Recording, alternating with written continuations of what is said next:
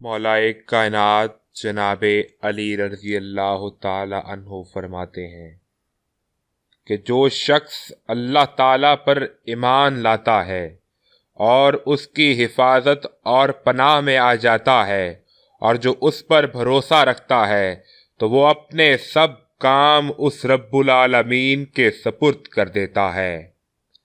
اسلام ایمان کا، ایمان یقین کا، علم عمل کا، سخی سائل کا اور ایمان اخلاص کا محتاج ہے۔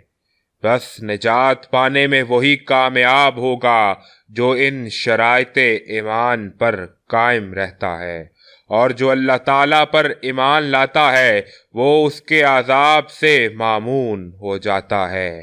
بے شک بہت سے عابد ایسے ہیں جن کے دین اور ایمان کا کوئی ٹھکانہ نہیں ہوتا۔